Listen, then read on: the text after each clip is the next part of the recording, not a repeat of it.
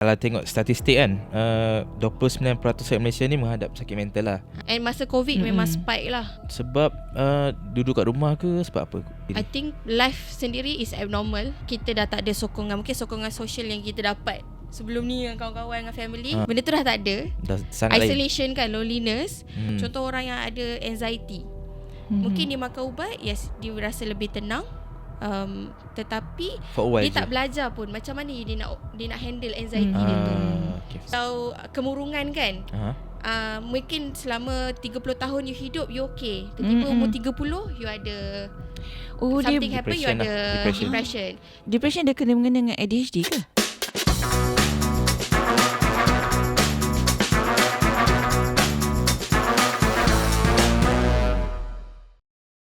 Hey guys, Assalamualaikum, selamat pagi. Berjumpa lagi kita dalam Dekat Mic Podcast. So hari ni macam biasa dengan saya Azra dan juga saya Fendi sebagai co-host rancangan Dekat Mic. Dekat Mic ni selalunya kita jemput orang yang ada expertise lah dalam bidang tersebut. Dan hari ini nak dijadikan cerita, kita menjemput seorang yang pakar dalam bidang seorang psikologis lah. Seorang psikologis, betul? Betul. So maybe korang selalu dah pernah nampak dia di TikTok bercakap tentang benda-benda mental issue ni lah. Okay, so selamat datang Izzat. Okay. Agak famous dekat TikTok tak adalah, kita biasa-biasa. Millions of views. Yes, betul. Dahsyat. Saya dah start mengaji TikTok dia sikit supaya saya faham juga tentang mental health lah. Okay, so sekarang dah boleh tolong orang lah kalau orang ada problem. InsyaAllah. Mungkin by podcast ni saya akan belajar lebih lagi. Nanti mungkin saya belajar. So macam biasa sama-sama lah kita dalam podcast ni bertujuan untuk menambahkan ilmu, mendapatkan lagi benda-benda yang baik supaya kita boleh sebar-sebarkan. Ya Fendi? Betul. Panggil Izzat je. Okay. Izzat je, nama tak ada lain. Izzat sama nama saya Fendi je. Fendi Fendi je. Lepas tu nama bapak saya. Itulah seketul je kan. So tu unik nama Izzat ni sebenarnya. Kita ada gak kita punya klik nama Izzat kan? Lelaki kan? First time sebenarnya dengan Izzat perempuan. Itulah tu. So sekarang ni the only Izzat perempuan kat Malaysia. Oh, kat Malaysia. Rasa macam nak tanya pasal kenapa Izzat? Kenapa Izzat? Kenapa Izzat Pernah tak tanya dekat ayah? Pernah je. Pernah minta tukar pun. Ya? Pernah. Okay, cerita sikit. Tak, masa sekolah rendah tu memang selalu kena ejek lah juga kan. Macam, yelah, ramai classmate yang Izzat memang lelaki kan. Betul. So pernah je minta tukar nama. Abah siap cakap macam okay, nanti kita pergi mahkamah, kita tukar nama. Macam di-convince tapi tak buat lah. Tapi tak Apa maksud nama Izzat? But Izzat is actually kalau dah bahasa Arab dia Ain Za Ta Marbutah. Okay. So Ta Marbutah tu kan kalau kita baca dalam bahasa Melayu Izzah. Betul. Cuma time tu maybe Abah belajar dekat UK. Maksud dia buat PhD dekat UK. So saya pun lahir kat UK. Wow. Lepas tu dia kata macam ni lah cerita dia. Dia baru balik daripada Turki. Dan Turki dia punya sebutan dia macam Izzat, macam tu lah. Izzat ada something kat lah. belakang. So kalau ikutkan Arab is Izzah. Tapi bila tulis dalam bahasa Rumi jadi yang Izzat. Macam tu lah. Izzat. So begitulah. Maksudnya apa? Maksud dia kemuliaan. Okay lah, kita terimalah nama dia. Di bulan Ramadan ni mulia rasanya. So kita dah ada background story sikit lah. Tiba-tiba kan tak ada dalam skrip ni. Tapi menarik ceritanya. Betul. And nak tanya sikit, latar belakang memang bidang psikologis lah. Betul. Boleh cerita ringkas je tentang bidang Izzat sendiri. Psikologi. So saya sekarang ni sebagai seorang psikologis klinikal. Psikologi dia ada banyak kan. Kita ada organisation, kita ada dalam bidang sports lah, ada dalam bidang health. So saya memang sangat suka untuk belajar mengenai kesihatan mental. And fun fact, fun ke? Saya daripada sekolah menengah lagi saya nak masuk dalam bidang kesihatan mental. So masa sekolah menengah tu saya ingat lagi, saya pernah cerita kat junior kot. Junior pernah tulis surat lah. Dia kata good luck Kak Izzat. Adik angkat sekolah ni biasa angkat. Okay. Tak. Okay. Rapat lah dengan junior tu. Tapi dia kata lah good luck Kak Izzat. Semoga satu hari nanti berjaya jadi psychiatry. So saya nak jadi psychiatrist dulu. Tapi maknanya lepas habis sekolah tu, instead of buat sambung ke arah medik, saya decide untuk sambung ke arah psikologi. Sebab saya rasa macam medik, saya minat biologi, saya minat mengkaji manusia. But medik dia punya pathway tu agak panjang lah. And then kalau you nak minta scholarship, you kena ada interview semua. Binding kan 10 tahun bekerja sebagai doktor. Masa tu lah, masa zaman saya tu lah. So in the end I decided macam I don't think I wanted to go ke arah medik menjadi seorang doktor, tapi saya nak belajar dalam bidang psikologi. Saya nak kaji otak, saya nak kaji manusia. So I went into psychology, ambil degree, and after habis sebenarnya jadi lecturer sekejap. After graduate, kemudian lepas habis tu saya punya kisah hidup ni dia pusing-pusing roller coaster. So lepas habis saya jadi lecturer tu, sebenarnya saya pergi Taiwan setahun, saya belajar bahasa Cina. And then balik daripada Taiwan, baru saya sambung master dalam psikologi klinikal. Menarik sebab masa sekolah dulu saya ada kawan juga, tapi ada kawan lah, tapi tak ramai yang ada tiba nak jadi mental health punya bidang. Sebab time tu nak jadi pemain bola, betul, nak jadi artis, nak jadi doktor, benda-benda yang sinonim dengan ni kan. Tapi Izzat terfikir nak jadi psychiatrist lah. Macam mana boleh terfikir? Ke sebab ada tengok movie ke? Tak tahu. Tiba. Dia okay, kalau masa tu kan, masa sekolah menengah atas tu lah, tu yang junior share tu, waktu saya kata daripada sini aku nak jadi in mental health field kan. Tapi bila saya baca diary saya sendiri, sebenarnya daripada form 2 lagi saya ada tulis my cita-cita is to become psychologist. But I don't know. Tapi mana dapat exposure as a psychologist tu sebab kita maksud Fendi tadi. Menarik soalan tu. Macam mana dapat? Betul? Sebab saya masa form 3 tu saya tengok cerita detektif, saya nak jadi detektif. Tapi lala saya AD. Tapi macam mana? Sebab niche dia agak niche kan. Betul. Macam mana? Itulah bila bila fikir balik tak tahu kenapa nak jadi psychologist. Tapi mungkin lah because my mom when I was in high school, dia ambil counselling. So banyak dengar dia punya journey lah doing counselling. Okay, faham. And at the same time macam daripada sekolah lagi saya jenis suka perhati orang. So perhati orang sampai kalau dalam kelas tu kan, kadang-kadang saya suka impersonate cikgu-cikgu. Macam kita perhati je cikgu punya perangai macam mana kan. Lepas tu kita jadi macam murid ni murid nakal kita kadang-kadang bila cikgu tak ada tu, nanti kita copy lah cara cikgu mengajuk. Impersonate tu macam mengajuk. Tapi macam dengan kawan-kawan pun selalu bila diorang bercerita something kat kita kan, in the end saya macam pick up some behaviours diorang. As bila saya cerita balik macam kau kan suka benda ni, kau kan selalu buat macam ni. So diorang macam mana kau tahu benda ni? But then that was like something that I pick up along the way lah. When kita bergaul ke apa, kita observe dan kita dapat carilah pattern orang tu macam mana kan. Boleh kata dalam darah lah psikologis ni. Kalau ada orang macam nak jadi doktor, kena belajar doktor dulu kan. Ni memang rasanya benda tu memang ada dalam diri lah. Daripada dulu lah saya fascinated dengan manusia. Macam menariknya manusia ni. Lepas tu tadi ada sebut pasal kaunselor kan.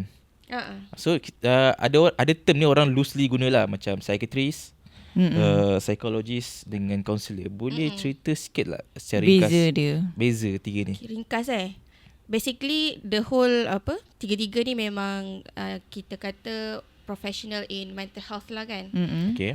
Apa-apa yang berkaitan dengan kesihatan mental kita, minda kita. So kita akan cari these professionals lah untuk dapatkan bantuan. So but in general rule of thumb lah, okay, counselor ni case yang dia handle lebih kepada case-case isu harian. Contoh kalau you stress, you tak boleh nak buat keputusan, you tak tahu macam mana nak cope dengan certain problem in relationship ke apa kan. So kita akan berjumpa, maknanya kaunselor lah yang akan bantu. Contoh kaunselor kat sekolah tu lah. Kaunselor kat sekolah, dekat universiti. In private setting pun, maknanya kalau kita ada benda-benda yang kita alami, nak meluahkan, kita perlukan bantuan, nak minta pendapat, so kita boleh pergi ke kaunselor lah. Okay. But if the case is more severe, Macam kes yang melibatkan kecelaruan mental. So kalau kita bayangkan mental health ni macam satu continuum kan. Contoh ni dalam keadaan sihat, kemudian ni keadaan kita maybe injured sikit, lepas tu ada keadaan kita dah agak cedera tu agak banyak, and then cedera parah. So kalau injured tu mungkin kita akan pergi ke kaunselor lah, kita dapatkan support. Tapi bila it comes to lebih severe, lebih parah, kita akan berjumpa dengan clinical psychologist. So clinical psychologist and psychiatrist dua-dua boleh dan dilatih untuk buat diagnosis lah. Tapi kaunselor tak boleh buat diagnosis. Kaunselor macam ringan-ringan sikit lah, first step lah sebelum dia pergi ke. Yes. Usually whatever that you experience in daily life, you can go to the counselor. Tapi mungkin counselor tu rasa macam this is much more severe kan. Mungkin dia akan refer kepada clinical psychologist. So mungkin orang yang hadapi kecelaruan mental macam kemurungan yang klinikal, anxiety disorder, trauma disorder kan, PTSD ke. So kita akan berjumpa dengan clinical psychologist. But also psychiatrist is helping jugalah merawat orang yang ada kecelaruan mental ni. Cuma psychiatrist ni dia ada medical background. Jadi perubatan dari segi, maknanya rawatan dari segi ubat-ubatan tu psychiatrist yang boleh bagi prescribe. Faham. So as a clinical psychologist, kita tak boleh nak bagi ubat. Cuma refer sajalah. Kita tengok kes tu, maknanya kalau kita rasa macam intervention daripada segi perubatan tu perlu. Kita akan jumpa psychiatrist. Kita akan refer kepada psychiatrist lah. Tapi usually dalam hospital setting dia ada multidisciplinary lah. Dia ada psychologist, ada psychiatrist, ada. So orang yang datang ke hospital tu mungkin dia akan jumpa dengan 2-3 pakar yang berbeza-beza dia punya background lah. So dengan let's say dengan psychologist, you belajar psychotherapy, you belajar skill macam mana you nak hadap, you nak manage symptom tu. Contoh kalau depression tu datang dengan pemikiran yang banyak pemikiran yang negatif kan. Aku ni teruk lah, aku ni tak guna, yang buatkan dia terus depress kan. So kita as psychologist, kita akan bantu untuk bagi dia skill lah macam mana you nak hadap sendirilah. You nak handle those kind of thoughts yang boleh ubah cara you merasakan sesuatu dan juga cara you tingkah laku lah. Sebab contoh orang depress kan, dia akan rasa macam aku ni tak guna lah, kalau aku buat pun bukannya aku bagus aku pun, berjaya pun. Baik aku give up je, baik kenapa aku nak usaha kan. But then it makes the life worse lah. Faham. So we will try to change the way this person thinks. Psychologist lah kan. So yang itu kita as clinical psychologist, itu training yang kita dapat. Psychiatrist boleh juga buat kalau dia di-train, dia mendapat training. Cuma biasanya dalam landscape dekat Malaysia ni, kita banyak tengok contoh kat hospital, psychiatrist dia banyak fokus dengan bantuan medication lah, pharmacotherapy. So masing-masing dalam bidang masing-masing lah kan. So kita dah jelaskan lah, sebab ramai orang salah guna and loosely pakai benda tu, macam tukar-tukar. Ramai orang ingat macam kalau jumpa psychiatrist kan, baik, maknanya makan ubat ni mesti terus baik. But in reality actually ubat tu memang dia membantu, tetapi kalau let's say for example contoh ubat tu membantu untuk naikkan mood, but for example the issue bukan sekadar mood saja. Betul. Maknanya issue bukan sekadar emosi punya part saja. You punya way of thinking, you punya aktiviti harian tu macam mana kan. Contoh orang yang ada anxiety, mungkin dia makan ubat, yes, dia rasa lebih tenang. Tetapi dia tak belajar pun macam mana dia nak handle anxiety dia tu. So makan ubat sahaja tu, saya selalu kalau dengan saya punya klien lah, saya selalu kata it's good if needed medication, it's good that you take. Of course dengan doktor punya prescribe lah, prescription lah, follow lah kan. Tetapi it's like kalau you lemas, you ada pelampung. You ada pelampung, you memang selamat. Tetapi you tak belajar ada skill untuk berenang.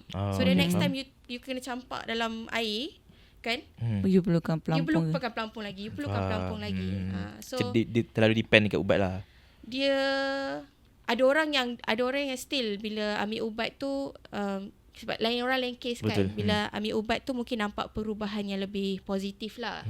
Tapi kita kata kalau tengok kajian pun, kalau ubat plus terapi, dia punya efek tu, dia punya hasil penyembuhan tu lebih cepat lah. Lebih macam bagus. tu.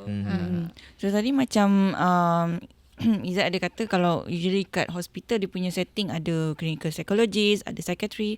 So macam mana pula dengan Izzat? Izzat own your business kan? Okay. Untuk macam mana setting dekat klinik Izzat? dekat saya tak ada klinik lagi. Tak ada, tapi saya ada, maknanya I see. yang sekarang ni saya punya, kita kata start-up lah, still new. So minda inklusif. So saya sebagai clinical psychologist dan juga ada beberapa rakan saya jugalah yang sama as ada counsellor, ada clinical psychologist. So kita buat je. Let's say kalau ada klien yang datang, kita akan assess sebenarnya, kita akan tengok sama ada klien ni perlu atau tak teruskan dengan kita. Ataupun kalau kita rasa macam kes ni lebih kepada counsellor lebih baik untuk lebih tepat lah. Lebih tepat untuk handle kes ni. Dia bukanlah kes yang terlalu berat. So actually kita akan advise dia pergi jumpa counsellor. Kalau kes tu memerlukan kita untuk handle dan kita boleh handle, kita akan handle lah. But say for example kalau kes tu lebih severe yang menyebabkan kita rasa maknanya contohlah kan, severe in a sense untuk you datang terapi pun you struggle. Because the symptom yang you alami tu sangat teruk. So kita akan kata maybe perhaps it's good if you also see a psychiatrist. I will help to refer lah. And kita tengoklah kalau psychiatrist bagi bantuan medication, also come for therapy untuk bantuan dari segi psikoterapi. Tapi kita tak ada psychiatrist lah dalam kita punya team. So lebih banyak kepada kita akan refer lah. Just curious lah, berapa agak-agak cost untuk menjumpa seorang psychologist per session? Per session. Okay. Untuk dengan saya, the cost is 200 per session. 1 hour, 2 hours? Per hour. Per hour session. And tapi kita ada different services lah. Kalau contoh macam saya ada juga buat one of the area yang kita fokus di minda inklusif adalah dengan adult, untuk membantu adult ADHD. Spesifik adult, orang dewasa. So kita untuk assessment selalunya dia akan mengambil masa yang lagi panjang. Assessment sahaja. Assessment penilaian lah, kita nak diagnose betul ke tak orang ni ada ADHD dewasa. Jadi dia akan ambil lebih, kita kata penilaian tu lebih mendalam, lebih komprehensif sebab ADHD ni adalah kita kata neurodevelopmental. Dia berlaku pada zaman perkembangan. So contoh kalau kemurungan kan, mungkin selama 30 tahun you hidup you okay. Tiba-tiba umur 30 you ada something happen, you ada depression. So we can diagnose depression based on apa yang berlaku dengan you sekarang lah. Tapi depression dia kena mengena dengan ADHD ke? Dia, kita boleh kata orang yang ada ADHD ni dia punya tendency untuk ada depression lebih tinggi berbanding orang yang tak ada ADHD. Lebih vulnerable lah. Faham. But then when it comes to ADHD, it's a perkembangan. So you kena cari tahulah daripada dia kecil macam mana, kita nak tengok pattern tu. Contohlah kita kata macam orang rasa dia ada ADHD, macam aku selalu lupa-lupa lah, aku rasa aku ada ADHD kan. But in fact kalau kita tanya, dulu masa sekolah macam mana, masa kecil macam mana, kecil tak ada, masa masuk universiti ataupun masa baru-baru ni baru nampak ada kan. So probably when they say that, kita akan dalam kepala kita kata macam big probability this is not ADHD. When the symptoms tak ada masa zaman dia kecil-kecil, it appears masa dewasa. So that's why lebih lama lah, sebab kita nak tahu daripada kecil macam mana. Kadang-kadang kita akan interview keluarga ataupun partner dia, pasangan dia. So kita nak tahu bila macam tu lebih panjang assessment dia tu, kita ada package jugalah.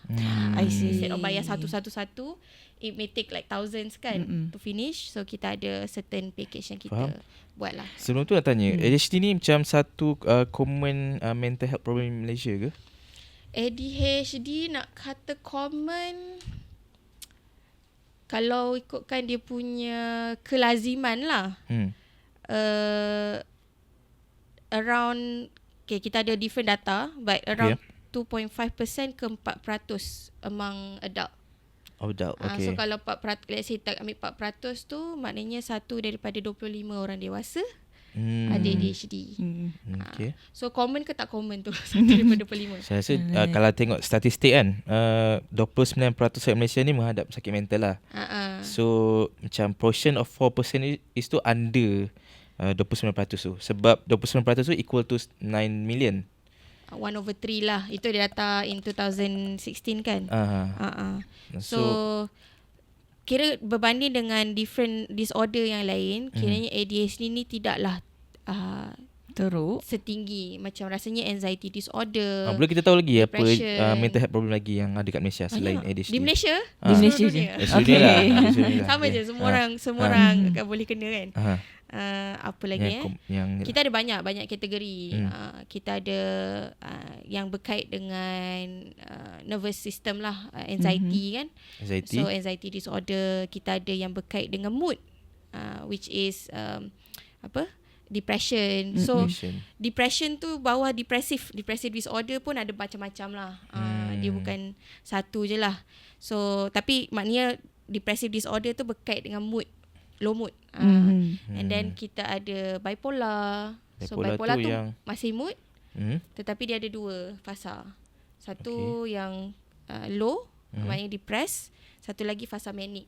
Manic tu macam dia hyper. Manic tu yes, kita kata energy dia setakat energy lah. So antara simptom manic tu macam let's say you boleh, these are some of the case studies that I've read, and ada juga case yang saya berjumpa lah berhadapan. Mungkin you boleh tak tidur 3 hari but you still have energy. Okay. And then you ada macam-macam idea yang datang waktu fasa manic tu lah. Fasa manic tu let's say lah around 1 week kan. So you ada macam-macam idea yang you dapat, and then you tend to be more impulsive. Ada orang yang dia boleh spend the whole saving masa dalam fasa manic tu. Dia buat decision time manic tu lah. Decision making dia very impulsive. Apa lagi, kita rasa macam orang tu rasa pressured untuk cakap, so mungkin dia cakap tu lebih laju. So ada fasa tu lah, and then dia masuk ke fasa depression pula. Yang reverse bila depression tu lah tak ada tenaga, tidur terganggu, maknanya tidur banyak ke, duduk seorang-seorang tu depression juga. Rasa bersalah. Bila manic ni usually orang tu akan jadi very confident lah. Confident dia unusual. Tapi bila fasa depression tu dia jadi terbalik dia jadi down lah. Dia rasa guilt, ada rasa malu, rasa bersalah yang tinggi. Semua mental health yang Izzat bagi tahu ni develop masa maksudnya bukan genetically ataupun dari lahir lah. Dia develop after some years or sometimes lah. Bila kita kata pasal mental issue ni, kita tengok banyak faktor sebenarnya. Macam seorang tu dia boleh, maknanya seorang tu boleh disebabkan macam-macam faktor, dan salah satu faktor adalah genetik boleh jadi. Genetik. Contoh dia macam ni, macam kalau diabetes kan, orang ada diabetes. Kalau mak kita ada diabetes, kita pun tendency nak ada diabetes tinggi kan. Tapi kalau kita jaga lifestyle kita exercise, kita makan pun makan yang healthy, tak banyak ambil gula, so mungkin the whole life kita tak develop pun diabetes, tak ada. Tapi kalau orang tu mungkin family dia tak ada pun diabetes, tiba-tiba tengoklah lifestyle dia hari-hari fast food ke, lepas tu coke tu memang hari-hari wajib ada lah kan. So mungkin at one phase dalam life dia akan ada diabetes. So the same with mental health ni. Kalau kita ada family members yang ada isu kesihatan mental, kita pun kita kata berisiko lah untuk dapat. Tetapi kalau kita jaga macam faktor lain, faktor environment, sekeliling kita, faktor kita punya pembesaran macam mana kan, family kita macam mana, and then dari segi spiritual kita macam mana. So betul, boleh jadi kita develop, boleh jadi kita the whole life kita tak ada pun. Faham? Yeah, Dia macam banyak faktor lah kan. Betul, macam, betul. And yelah, faktor, bila cakap pasal faktor ni, yelah biasa bila umur kecil kita punya keadaan lain. Bila membesar tu dah biasalah, bila dah besar tu kita tiba-tiba dah ada tanggungjawab ke. Betul. And then bila kita dah galas tanggungjawab tu, mungkin yang dah kahwin nak sara, ada bini pula. Anak bini, tiba-tiba recession datang, tiba-tiba COVID datang. Tu yang COVID, masa COVID berapa I think 2020 ada satu data 2019 atau 20 kot yang kata 500,000 of Malaysian ada depression. Time And masa COVID memang spike lah case dan isu. Sebab duduk kat rumah ke sebab apa? Pendapat Izzat sendiri. I think life sendiri is abnormal kan. Dah berlain lah. Kita dah tak ada sokongan, mungkin sokongan sosial yang kita dapat sebelum ni dengan kawan-kawan, dengan family, kita dah benda tu dah tak ada. Dah sangat isolation lain kan, loneliness. Kemudian ada orang yang ada cabaran yang kena hilang kerja, kena buang kerja, kehilangan family member due to COVID. So those are all, kita kata faktor. Kalau satu contoh lah, kehilangan family member, tak ada sokongan lagi. So maybe that person akan struggle lagi banyak lah. Tapi kalau contoh you hilang family member but you ada other family member yang support. And then you still ada kerja yang baik ke apa. So yang tu kita panggil sebagai protective factor lah, benda yang protect kita daripada kita jadi lebih teruk lah. Kita ada mental health issue lah. Faham? So macam tadi cakap pasal COVID lagi, saya baca satu artikel lah. Salah satu sebab dia sebab wanita kan lebih duduk rumah kan. And time tu mungkin lah bila duduk rumah tu husband expect perempuan buat macam-macam. So itu boleh lead to high expectation daripada orang. Sebab dah duduk rumah je kan, diorang panggil duduk rumah tu kena buat macam-macam lah, makan, masak. And then bila duduk rumah tu macam terdedah dengan abusive. Betul kan? Betul lah, kalau kita tambah equation tadi tu, mungkin ada partner yang verbally abuse ke physically abuse, and then tambah pula usually mungkin kita ada masa me time kan, bila anak-anak pergi sekolah, but now kita nak kena handle anak-anak kita semua kat rumah kan, anak-anak pun stres duduk dekat rumah. Betul. So bayangkanlah betapa tingginya stres someone tu kan. And kalau tanpa sokongan, tanpa any protective benda yang boleh protect dia, dia boleh burst lah. Betul. Sebab masa tu juga ada orang memang rasa best sebab duduk rumah je. Saya baca juga macam lagi student lah, dia suka sebab belajar kat rumah je. Betul. Tak boleh keluar semua. So tapi dia tak perasan benda sama, ada orang yang lalui episod-episod hitam macam tadi lah, yang depresi semua tu kan. And nak cakap pasal tu pula tadi, tendensi generasi Z ni, sekarang generasi Z kan, adakah lebih pendapat Izzat macam lebih terdedah dengan this issue? Soalan pasal Gen Z dia nak kata macam mana, rasa macam bila buat analisa pasal Gen Z and mental health ni, mungkin a lot of things lah that may contribute to the numbers of them experience. Satu, maybe because kita punya pendedahan dah lebih besar, lebih banyak awareness tu. So they actually, kalau diorang perlukan bantuan, they actually know where to get help, how to get help. Berbanding zaman dulu rasa masa kita kecil-kecil. Betul. Benda ni tak common pun kan dulu. Kalau kita, lagi stigma lagi tinggi masa kita zaman kecil kan. Kalau contoh kita kata kita jumpa psychiatry tu macam rare. Kau kenapa kan jumpa psychiatry kan. Selalu jangan macam ni, alah mengada je tu. Betul kan? Zaman-zaman dulu tu maknanya awareness tu tak mungkin sekarang ni nampak awareness tu lebih tinggi. So kalau kita tengok dekat TikTok ke apa kan, some of them are very walaupun mungkin susah, but they are more open untuk share. Diorang pergi dapatkan bantuan psychiatry, diorang masuk ward, macam mana keadaan dalam ward. So diorang boleh cerita benda tu kepada public. And kalau baca-baca komen tu, lebih nampak positif orang accepting. Macam aku baru tahu macam ni rupanya mudah nak pergi proses. Tak ada cakap jumpa psychiatrist je, ini gila ke? So semoga you sembuh apa semua. So kita nampak positive impact lah. That it's more it feels Encouraging. people are more willing to share diorang punya experience dengan mental health. Okay, faham? So people are also more willing to seek help satu. But it Hmm. can also be because of social media juga. Maknanya dengan adanya Sharing. some of the, kalau nak kata punca, tapi faktor yang boleh contribute kepada anxiety ataupun rasa tak cukup ke, low self esteem ke, because we tend to compare diri kita dengan orang lain kat social media. Okay, sebelum tu sebenarnya kita nak standby tajuk tu selepas break. Sebab kita nak cakap sambung pasal, lah. pasal social Okay, media. lepas break, okay. So kita bagi kita punya audience rehat dulu sebelum kita ke bidang pula ke part social media lah. Kita jumpa selepas ini di Dekat Mic. Okay, baik. Kita sudah berehat tadi sebentar. And tadi kita sambung sikit pasal social media. Adakah ia satu rahmat ataupun bencana untuk mental health issue ni? Sebab sekarang kita tadi Izzat ada sebut kita nampak benda yang baik. Okay, Tapi saya punya side, saya nampak macam ada benda yang tak best sikit lah. Ada stigma kat situ. Apa yang Fanny nampak? Saya nampak kat situ orang lebih ada satu self-diagnose. Macam tiba-tiba dia kata aku ada ini kan, so aku dah ni. Dan orang dia rasa entitled untuk kita layan dia, untuk bila dah ada satu penyakit tu dia perlukan layanan yang lain lah. Okay.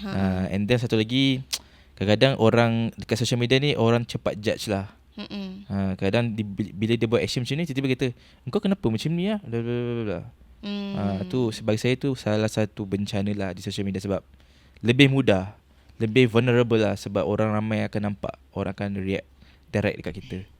So apa pendapat Izzat sendiri lah social media ni? Social media kita boleh tengok dua-dua lah kot. Kan, kalau dari segi macam it's good because of social media.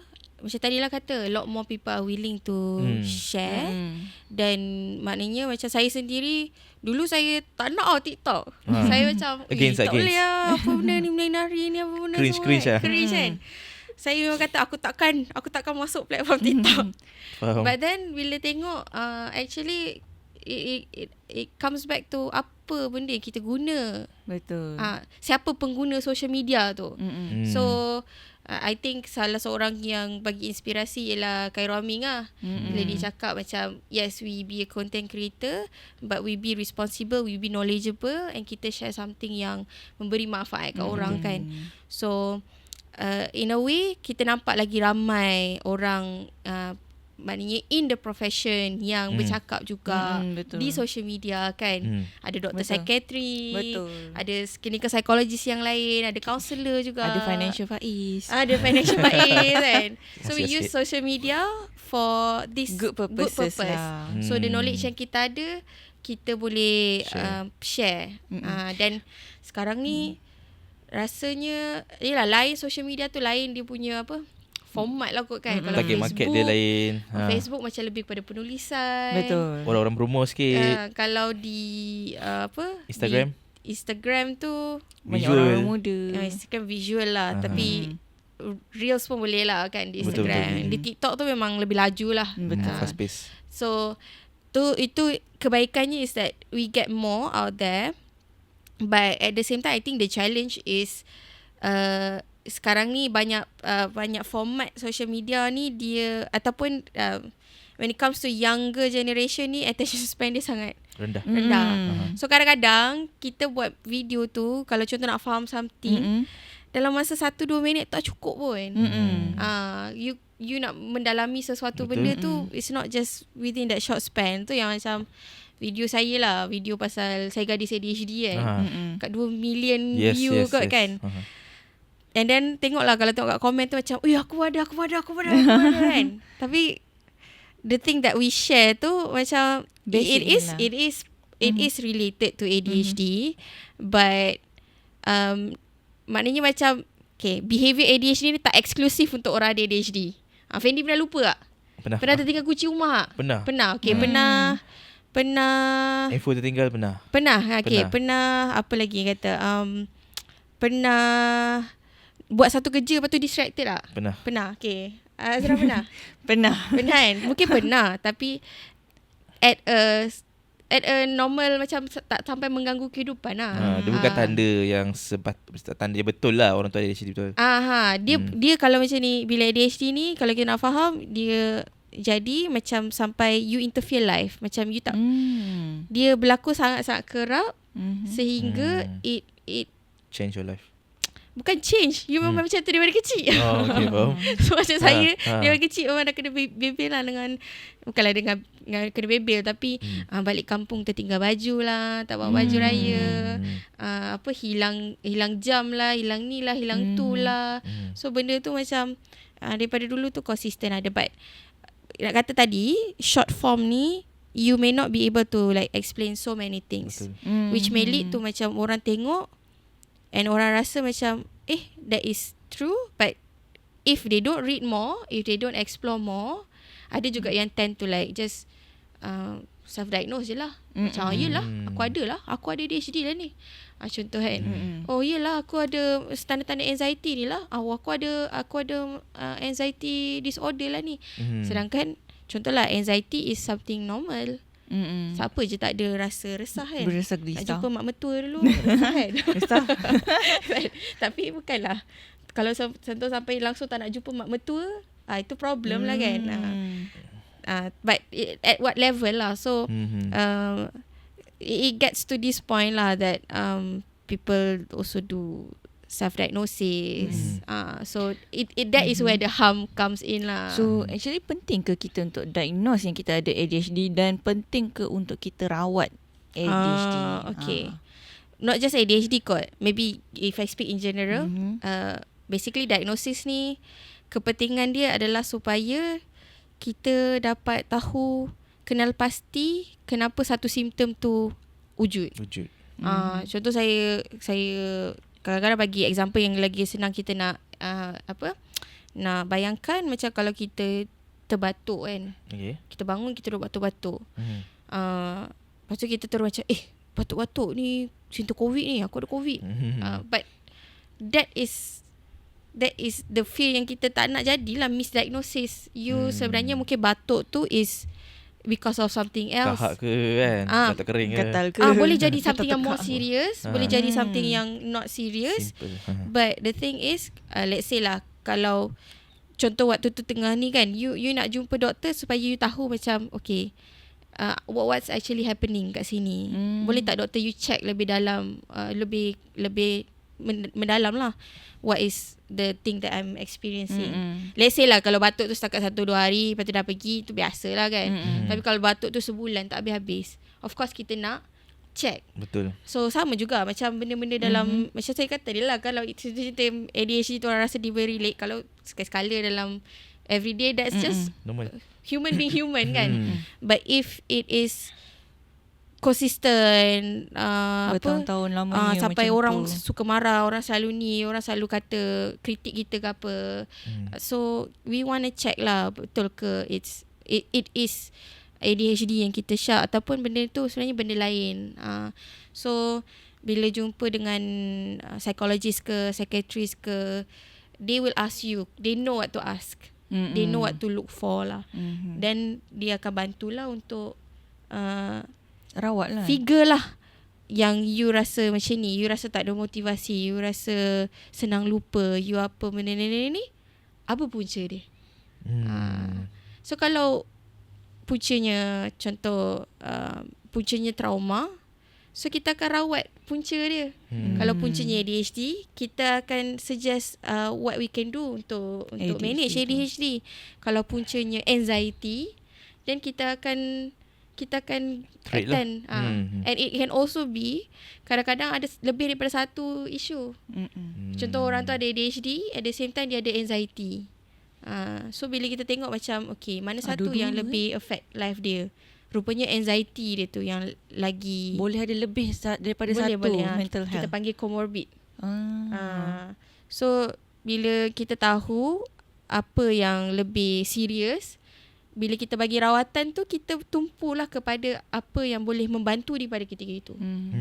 So mungkin ada dengan klien saya nampak, yes dia ada ADHD, tapi dia ada anxiety yang mengganggu dia untuk dia actually function dengan lebih baik dekat tempat kerja kan. So mungkin kita fokus treatment kita dekat anxiety dulu. Kita tak dismiss lah ADHD tu, tapi kita fokus kepada okay, let's learn to manage your anxiety terlebih dahulu lah before ADHD. Yes. Rasa macam soalan ni agak lambat untuk tanya sekarang, tapi since kita cakap pasal ADHD, apa nama penuh bagi ADHD? ADHD Attention Deficit Hyperactivity Disorder. Panjang nama dia. Attention Deficit Hyperactivity Disorder. Kenapa dinamakan attention deficit ni? The core lah. Kalau ikutkan dalam manual lah kan. The core dia adalah orang tu ada kesukaran dalam dia punya fokus. Dengan dia ada simptom dia adalah surrounding behaviour yang hyperactive dan juga impulsif. Tapi impulsif tak ada dalam nama. Hyperactive je. Tapi kalau kita tengok ada impulsif dengan hyperactive. But actually kalau dalam community ADHD kita rasa macam nama ni tak sesuai sebenarnya. Because it's not attention deficit. Dia boleh jadi dia macam lebih kepada lagi besar lah sebenarnya. Bukan. Kita bukan tak cukup kurang tumpuan ke apa. Itulah masa dengar attention deficit ni, dia ni ketagihkan attention orang ke? Bukan. Dia bukan dari segi tumpuan orang ke apa tak. Tumpuan yang kalau kita nak fokus something.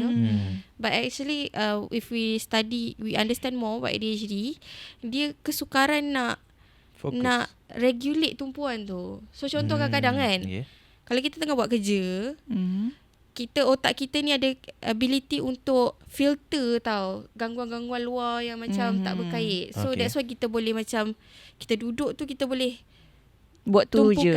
Tak distracted lah. Tetapi kalau bunyi luar bising, orang biasa pun dia akan terganggu lah juga kalau ada construction kat belakang kan. But for ADHD maybe lebih susah. Dia a lot of things daripada surrounding tu dia akan masuk dengar datang je. So you susah nak bezakan macam kejap aku nak buat A tapi B ni duk kacau. Okay, faham. So sometimes bunyi yang macam saya lah bunyi husband saya duk cakap dulu masa PKP dulu, husband saya punya office kat bilik sebelah. Masa dia cakap meeting pun boleh jadi saya tak boleh dah nak fokus dengan apa saya nak buat. But on the other hand, you boleh jadi stuck dalam satu ruang fokus tu sampai you tak boleh nak multitask. Tak boleh nak keluar daripada daripada tu. Kita panggil hyperfocus. So macam kalau hyperfocus, orang yang hyperfocus ni kadang-kadang dia lapar pun dia tak boleh dia perut dah bunyi tapi you tak bergerak pun untuk makan. You rasa nak pergi toilet, nak buang air kan, tapi mungkin berjam-jam you tak buang air pun. You stuck dalam satu kita panggil state of hyperfocus ni, which ada orang yang kata as macam bagus lah aku boleh fokus 3-4 jam kan. Tapi kalau fokus lama dengan mengabaikan you punya fizikal kan, mudarat pula boleh bawa mudarat. So kadang-kadang saya sendiri ada ADHD kan. So saya perasan bila saya dalam state hyperfocus tu, husband saya tanya apa kat saya dengar. Tapi saya tak jawab. Dia macam just masuk. Lepas tu bila dah settle benda tu baru saya macam apa dia tadi awak cakap awak nak ni Lepas tu dia kata tak yalah saya dah buat dah. So I cannot get myself out of it's difficult to get myself out of that hyperfocus. Boleh dari apa orang panggil dari luar tak, macam pegang macam hello saya tengah-tengah cakap awak tu. Tapi kita tak boleh nak saya perasan kalau contoh husband buat macam tu pun, tapi kita macam kita tak respon mind kita kat situ dekat cakap tak boleh something yang tak kita dapat nak tu. Macam nak overcome benda tu tak boleh lah. Kita nak kata overcome pun that's how the way the brain works. So with ADHD we sometimes to help lah regulate, kita ada medication, ubat-ubatan. Tapi adalah cara lain juga, strategi lain yang kita boleh try to apply lah. Cumanya macam biasanya selagi dia tak bawa masalah, layan je lah macam tu lah. Tapi itu perspektif Izzat sendiri kan. Tapi contoh macam kawan saya macam tu, apa saya punya responsibilities lah untuk kawan saya yang macam ni, ataupun family members. Macam mana kita nak treat orang yang ada ADHD ni? Jangan buat dia terkejut. Contoh kita cakap dengan dia kan, betul. Tapi dia tak dengar, tapi kita macam sergah dia pula. should be kita family kita lebih faham. Boleh je nak sergap. Kalau kita perlukan attention dia. Tapi adakah itu the right way? Okay je. lah. Kalau dia tak marah, kalau macam sometimes orang dah faham saya, dia orang ni je lah, weh Jad.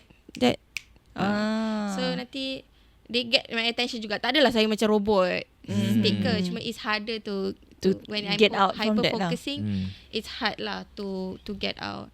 So tapi bukanlah macam memang stuck tak boleh keluar langsung. If ada orang ada orang tegur ke apa, dengar je kadang-kadang. Dengar je, dapat je.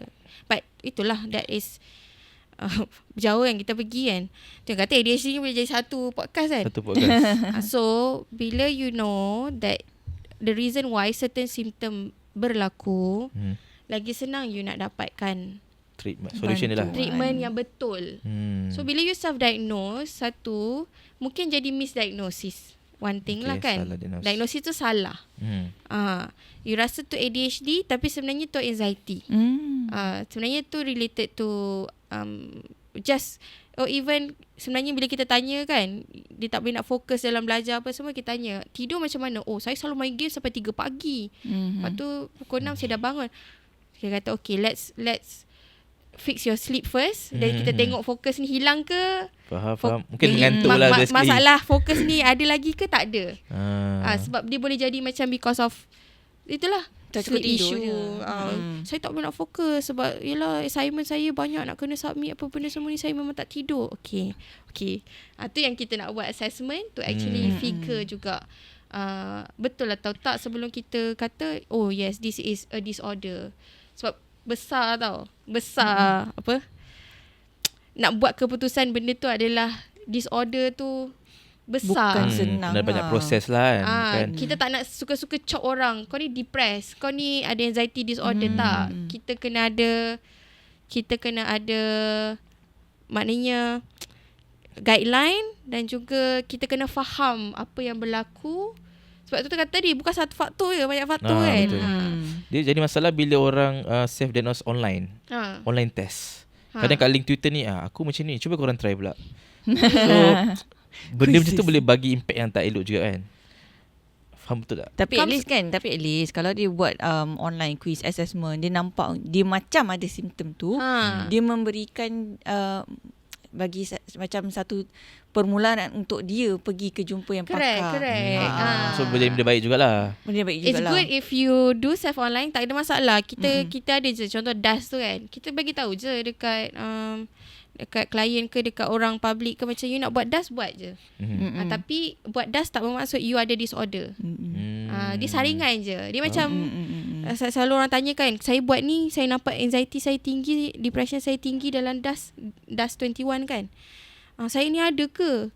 Tu what I would tell them is, dia macam ni lah, macam saringan ni is like you ambil apa? High blood pressure kan.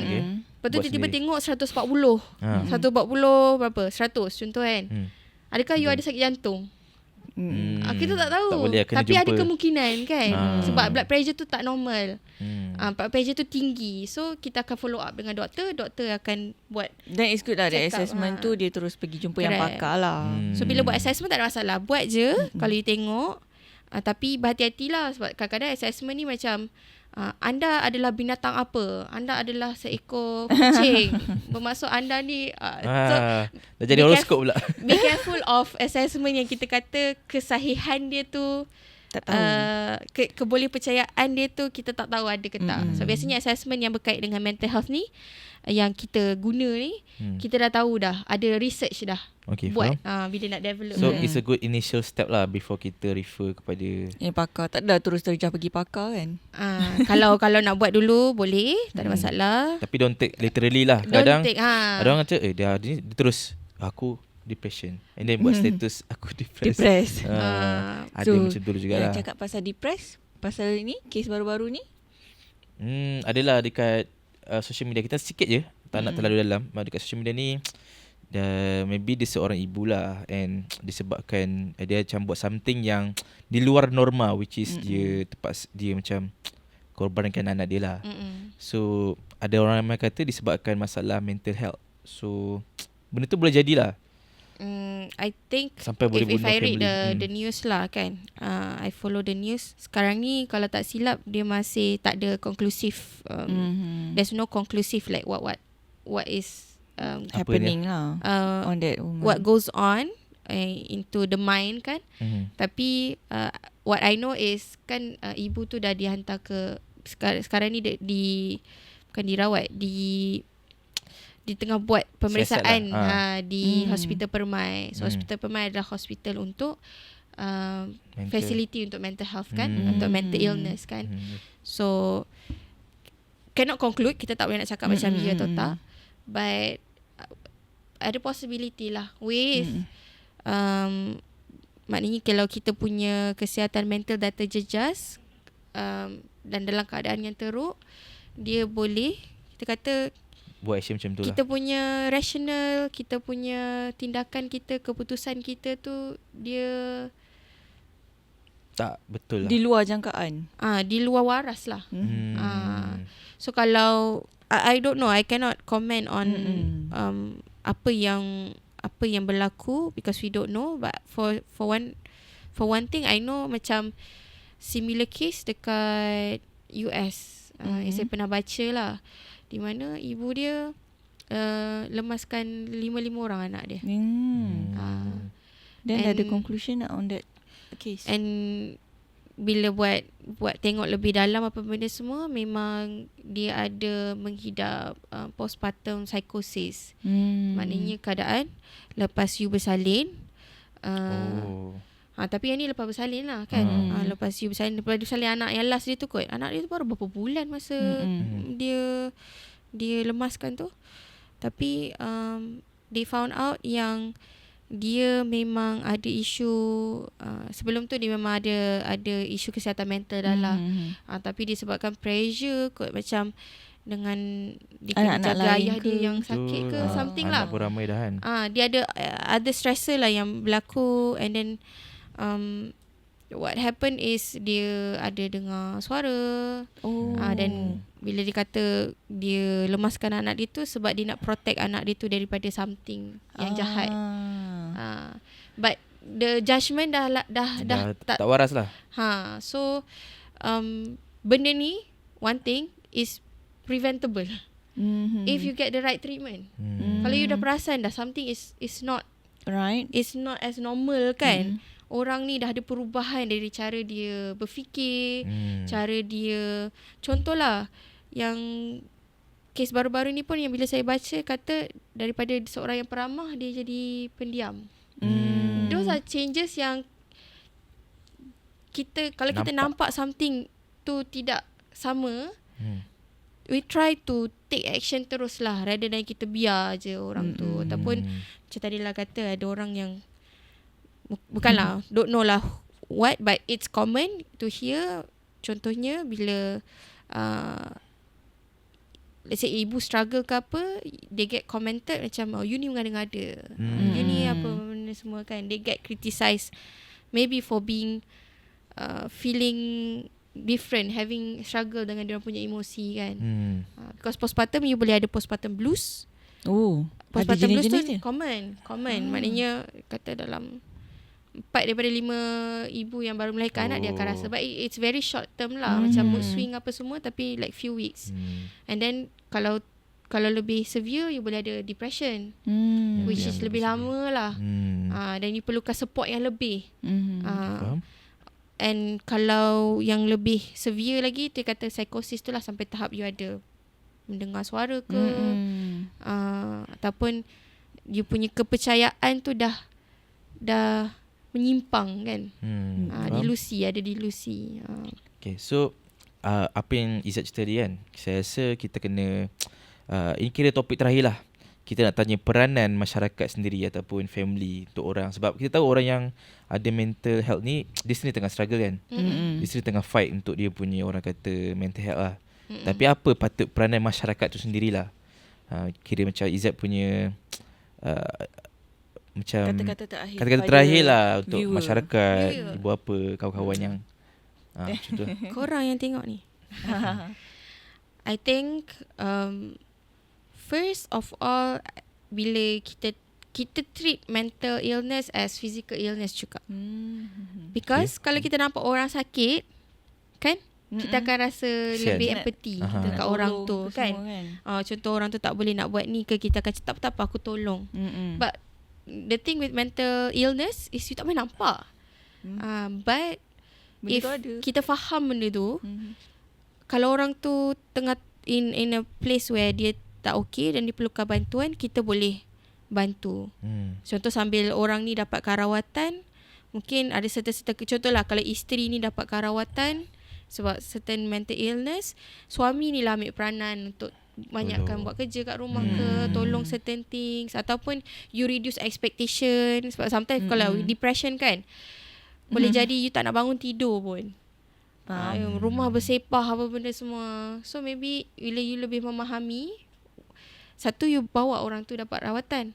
Kedua, you understand juga that the person is not in a optimum condition kan. Dia bukan, dia sakit lah. Tapi at the same time, sakit tak bermaksud you tak boleh nak sembuh. So benda ni jangan ambil mudah, kan. And dapatkan rawatan segera, awal. Jangan tunggu macam dah teruk. Kita sendiri pun jangan tunggu sampai macam boleh lagi ni sampai satu tahap melengah-lengahkan. Kita dah macam dah tak boleh dah. Kita dah sampai Lagi tiba-tiba terfikir something yang let's say lah, daripada kita just feeling low ke apa semua, tiba-tiba dah sampai kita fikir macam hidup ni dah tak ada guna dah apa semua. When it comes to that, you know, it becomes more severe. And then the reality lah, I can say, kita bersyukur dekat Malaysia ni kita ada, maknanya nak dapatkan rawatan psikiatri ke apa, you just pay RM5 je kat hospital government. Ada boleh dapat. Ataupun pergi ke KK untuk dapatkan untuk doktor refer ke counselling ke apa, you bayar RM1 je kat KK, which is very cheap. But berapa orang Malaysia kita nak cater? Betul. There's a lot. So sometimes you nak tunggu dia punya appointment tu akan ambil makan masa 2-3 bulan baru you dapat. Kalau you dah betul-betul teruk, you dah betul-betul maknanya paras air dah kat sini, nak tunggu lagi dah terlambat lah.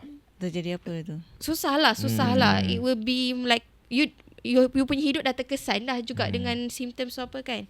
So don't take it lightly lah. Even as simple as you rasa macam it is not that severe, I'm going to see a psychiatrist dulu. I'm going to see a counsellor dulu. Kena ambil step lah. Sebab dengan counselling, kalau compare dengan I can say lah, if you compare the prices, getting a counselling versus getting a therapy, counselling is much more cheaper lah. So you jangan tunggu. Kalau you tak okay, pergi, just go.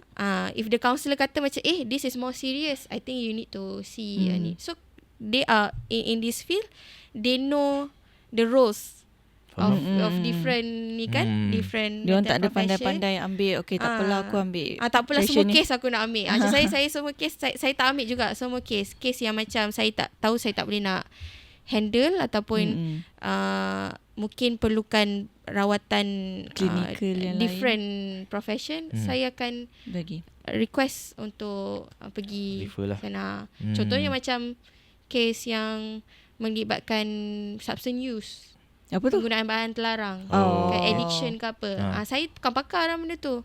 So maybe kita akan refer kepada cari mereka yang lebih pakar lah, pergi kepada yang lebih pakar. Okay, baik. So you guys kat luar sana dah dengar kan kita punya Dr. Izzat. Izzat dah ada doktor. title tak ada? Okay. Dah dengar Izzat menjelaskan tentang mental health. So korang yang terasa ada simptom-simptom ni, bolehlah jumpa dengan kaunselor, clinical psychologist ataupun psychiatrist. Okay, jangan takut-takut. Okay? Ada apa-apa soalan, maybe boleh reach Izzat dekat dia punya TikTok. Yes, boleh follow. Apa nama tu? Izzat Zaid. Izzat Zaid. Adalah Izzat Zaid _ Dekat social media lain pun ada juga selain TikTok. Dekat social media ada, dekat Facebook, Twitter saya tak ada. Saya tak ada. X dia mengganggu hidup saya dengan dia memberi impak besar kepada hidup saya. Faham. So, macam itulah macam Izzat kata tadi, setiap orang dia ada peranan masing-masing dari segi apa yang patut bantu kepada orang yang mengalami mental health ni issues. So itu saja episod kali ni. Ya, itu saja. Terima kasih Izzat kerana thank you so join much Izzat. Banyak sangat penjelasan Izzat tentang mental health ni sangat berguna untuk semua orang. So you guys, kalau ada soalan ataupun ada isu lain yang korang nak kita bincangkan, apa kata letak dekat komen, so kita boleh jemput orang-orang yang special untuk episod yang akan datang. Okay, nak bagi pesanan terakhir. Tak ada kesihatan yang sempurna tanpa kesihatan mental. Betul tu. Okay, jumpa lagi. Bye. Bye-bye.